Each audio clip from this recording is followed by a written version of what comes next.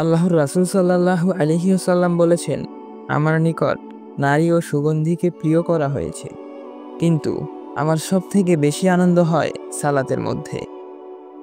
নবীজি সালাতে খুব বেশি আনন্দ পেতেন, কারণ তিনি সালাতে আল্লাহর সামনে দাঁড়িয়ে তার মহত্ব অনুভব করতেন এবং তার সঙ্গে একান্তে কথা বলতেন।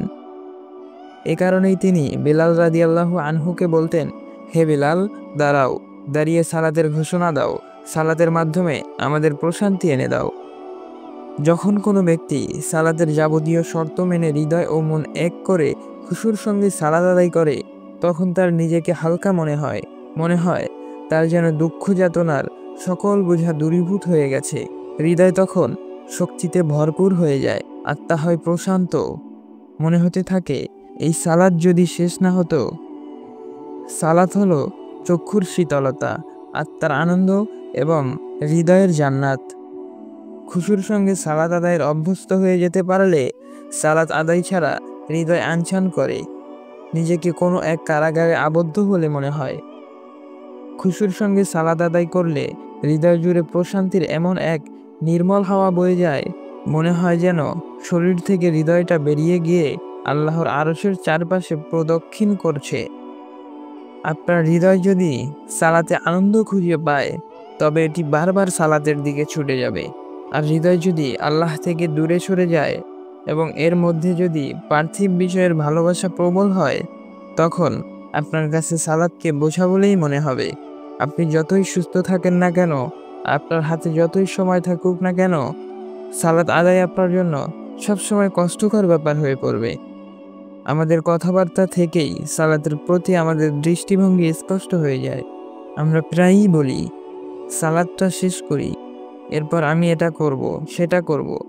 এর মানে হচ্ছে আমরা সালাতটাকে একটা স্বাভাবিক দায়িত্ব হিসাবে বানিয়ে নিয়েছি, যেন আদায় না করলেই নয়। এই জন্য সালাত আদায় করছি, কিন্তু এর মাধ্যমে সালাতের প্রকৃত উদ্দেশ্য হাসিল হয় না। সালাতের প্রকৃত উদ্দেশ্য হচ্ছে আত্মার প্রশান্তি লাভ, যা সালাত আদায়কারীর হৃদয় ও মন জুড়ে প্রশান্তির মৃদু সমীরণ বয়ে দেয়। ইবনে তাইমিয়া রাহিমাহুল্লাহ বলেন, যদি তুমি কোনো কাজে আনন্দ না পাও, তাহলে বুঝতে হবে সেই কাজে তোমার আন্তরিকতা নেই। পক্ষান্তরে ইবাদত করে যদি হৃদয়ে প্রশান্তি অনুভূত হয়, তাহলে বুঝতে হবে সেই ইবাদতে আন্তরিকতা রয়েছে। আর এই আন্তরিকতার কারণেই মূলত আল্লাহ তাআলা পুরস্কার হিসেবে দুনিয়াতেই বান্দার হৃদয়ে প্রশান্তি সৃষ্টি করে দেন। ইবনুল জাওজি রাহিমাহুল্লাহ বলেন, আমরা একটি বাগানের মধ্যে রয়েছি, যেখানে আমাদের খাদ্য হচ্ছে খুশু আর পানীয় হচ্ছে অশ্রু। বান্দা যদি একবার সালাদের মিষ্টতা অনুভব করতে পারে, তাহলে তার জীবনটাই পরিবর্তন হয়ে যায়। এরপর থেকে সেই মিষ্টতা অনুভব করাই হয়ে যায় তার বেঁচে থাকার মূল লক্ষ্য। ইবাদত করে আত্মায় প্রশান্তি অনুভব করতে পেরেছিলেন শেষ কবে? মনে পড়ে?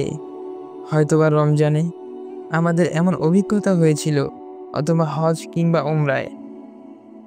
কখনো কখনো জীবন চলার পথে কঠিন পথ পাড়ি দিতে হয়, তখন আমরা গত্যন্তরে না দেখে আল্লাহর দিকে ফিরে যাই এবং তার কাছে অশ্রু ঝরা নয়নে ধারণা দিই।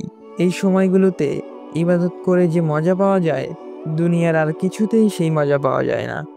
খুশুর সাথে সালাত আদায় করার অভ্যাস গড়ে তুলতে পারলে প্রতিদিন অত্যন্ত 5 বার আত্মার এই পরম সুখানুভূতি অনুভব করা সম্ভব।